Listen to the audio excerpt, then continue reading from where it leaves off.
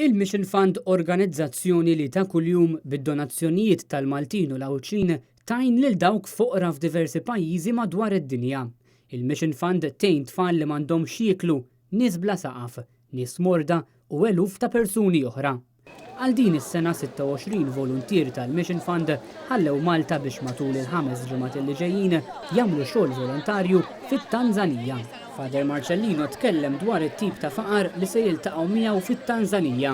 Il-faqar huwa kbir tal-għaġeb, ma ninsewx li 75% tal-popolazzjoni fid-dinja għadha bla sodda, bla gwardaroba, bla friġġ. Hemmhekk in-nies m'għandhomx la sistema tad-dawl, la sistema tal-ilma, lanqas dranaġġ. It-toroq mhumiex asfaltati u n-nies iridu jimxu sabiex jaslu l-isptar u jimxu sigħat u anke ġranet. Il-volontiera sejrin biex jibnu parti oħra minn sptar illi tmexxi Soru Maltija. Sptar li preżentament m'għandux il-lussu tal-isptarijiet tagħna, iżda li jrid jaqdi aktar minn 400,000 persuna.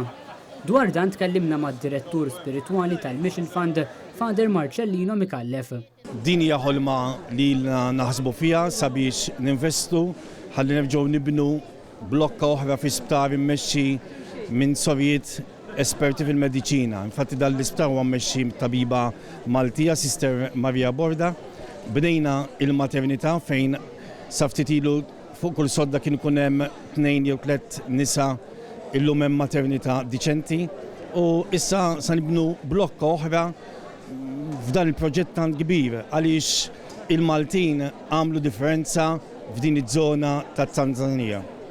Dawk li jixtiequ jagħtu donazzjoni lil Mission Fund jistgħu jagħmlu dan fuq is-sit missionfund.org.mt jew billi jagħtu donazzjonijiet fil-kontijiet li għandha l-Mission Fund mal-banek lokali.